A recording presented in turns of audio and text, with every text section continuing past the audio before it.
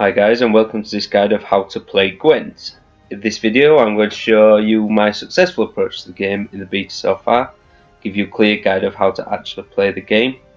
As it stands, the information provided by the tutorial is too unclear to new people into the game of how to actually play the game. That's what I found when I played through the tutorial, as you'd see if you've watched my tutorial video. I find that didn't provide enough information to make the game accessible and clearly explain how to play. So what I've created here is a guide of how to actually play, a brief look at some of the tactics I've found that help at an introductory level. It'll then be down to you to create your own plays and tactics to kind of progress the game how you want to. So stick with me, and we're going to go into details about the board, so the area of play. We're going to look at the actual how to play and the aim of the objective of the game. And finally we'll look at the tactics.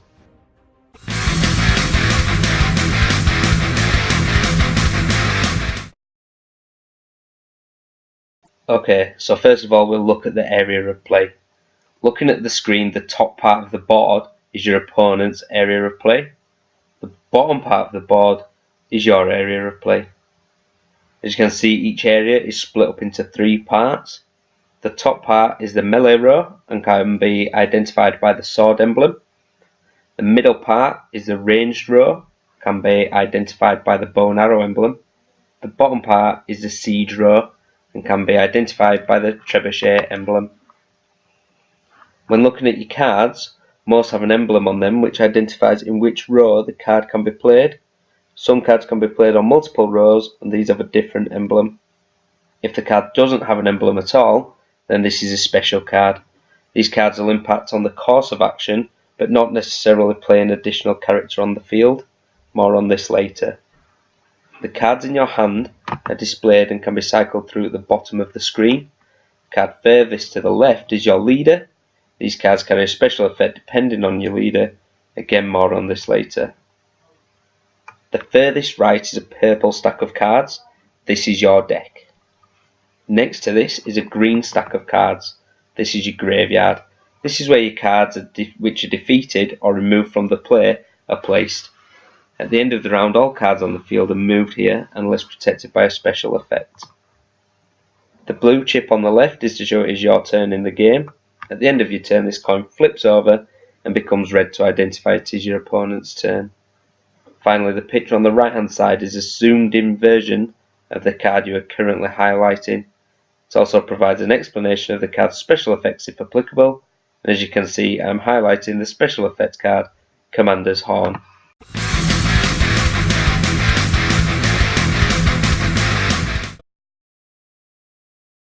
Okay, so now I'm going to run over how to actually play the game.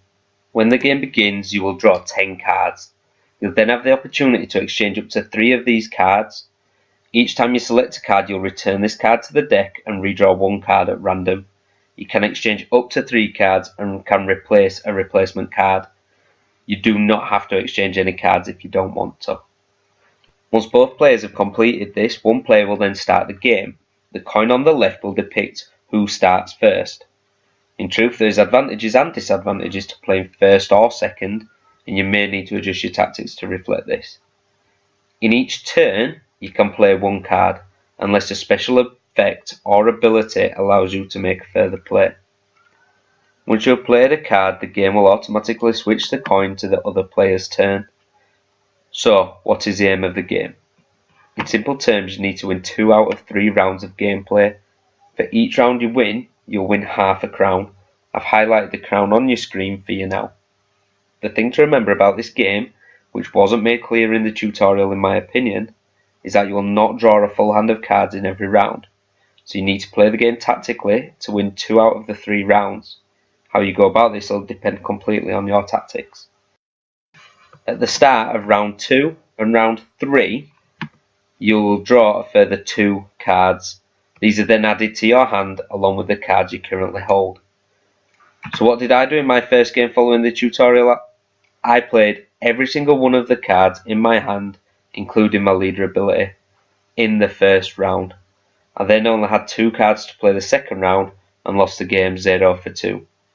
So what did I learn from this? It is more than a game of chance. You need to be able to play smart to have enough cards to progress through the game between each round and overall come out victorious. So how do you win a round? Basically, your side of the board has to be worth more strength points than your opponent's side at the end of the round. The round ends when both players pass. It is worth noting that when you do pass a turn, you cannot play any more cards in that round of the game, and your opponent will continue to have turns until they pass. This is how you can build a tactical advantage in future rounds. More on tactics later in the video. So I've mentioned strength points. Let's take a look at what these are and how strength works. Each character card has a score on the top right corner of the card.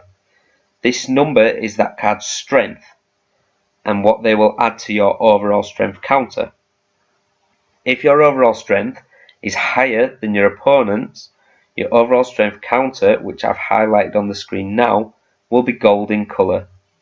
If your strength is lower than the opponent's, then it will turn silver. As I previously commented, when both players have passed on a round, the round will end. The player with the highest strength score will then win the round. Win 2 rounds, win the game. I previously mentioned special effect cards. These cards do not necessarily play a character onto the field, but can impact on the game. This could be by applying a weather effect to one of the rows, destroying a card on the field, increasing or decreasing card strength of all cards of a certain type, or on a specific row, or a card which allows you to spy on the opponent's side of the board. All different effects can be understood by reading the details on the card. Using them in the appropriate way and at the best time can change the result of a round.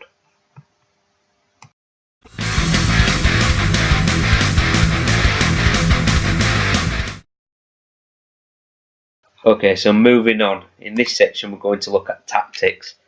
This is the most important part of the game, is getting your tactics right.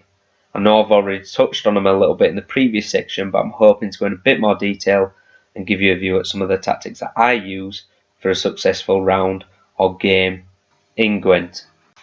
The first method I use you may have recognised in the final part of the last video. I'm just going to revisit that same bit of video again, the same clips.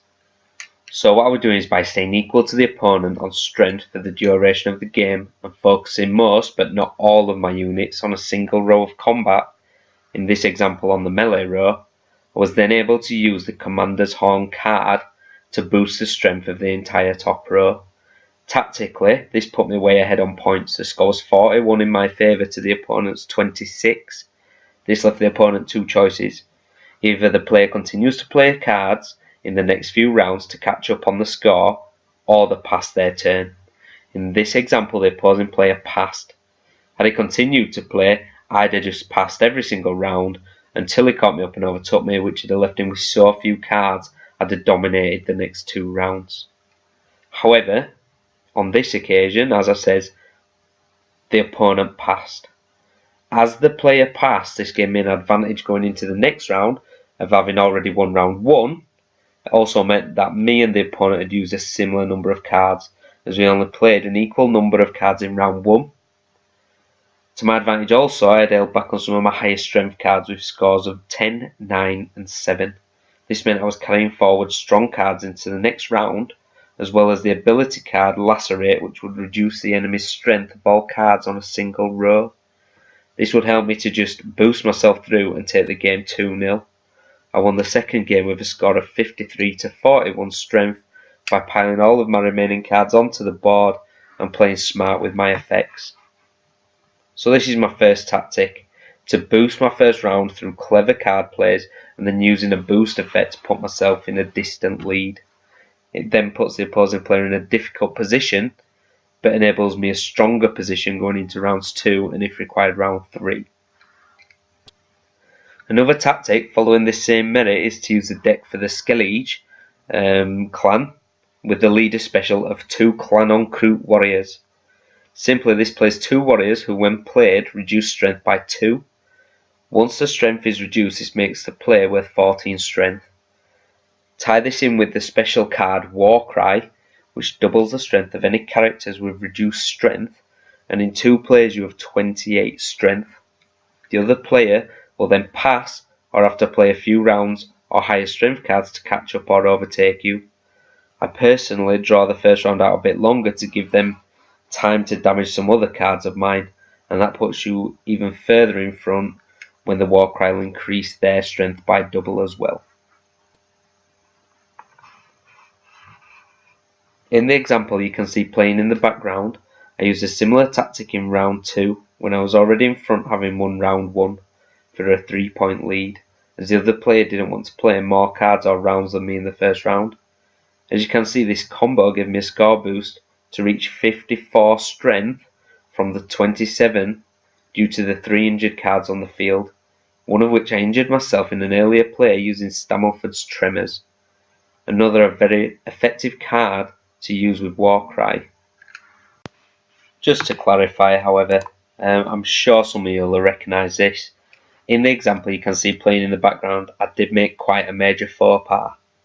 I used Warcry before playing my leader special, so although I did build up a score of 27, had I played the leader special and then played the Warcry, the boost would have been for 41, taking my overall score up to 82. This just goes to show how one slight oversight can make a big difference to the strength score round by round. In this game it didn't cost me. I took the victory with a final score of 99 to 58, taking the win overall in the game.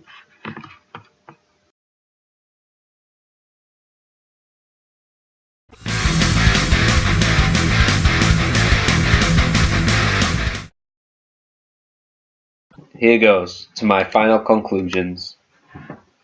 This game is very accessible when you actually learn the correct way to play as opposed to following the in-game tutorial. The game itself will take a tactical mind and is helped by being able to complete simple math. I state this as the majority of the game is considering numbers in the cards you play and the impacts of effects on the playing field. I think most gamers, casual and hardcore, will find this game easy to pick up and play once they have worked out the best tactical approach. Due to games being quite short, it is also good for gamers who may be time limited. In the background you can see how the store works in the game. I thought I would include that with my conclusions so you can see the process of packs opening. I do enjoy this aspect of the game but wouldn't pay money for the advantage of opening further packs. It does give the game a feeling of pay to win, which I don't really approve of. However, I earned a keg to open at ranking up and have accumulated some resources which can exchange for further kegs as they are called to open. So it does appear without paying you can still regularly open kegs. I feel the full Gwent release, my recommendation on the back of the beta at this time will be to improve the quality of the tutorial. Once or if this improvement is made, I feel the game itself will make a lot of YouTube videos irrelevant. Well, I hope you enjoyed this guide and I found this to be helpful in making Gwent an accessible and enjoyable experience for you. Thanks for watching this video and feel free to leave feedback and comments in the section below, and if you was lucky enough to have one of the beta keys for Gwent, enjoy. Peace out all.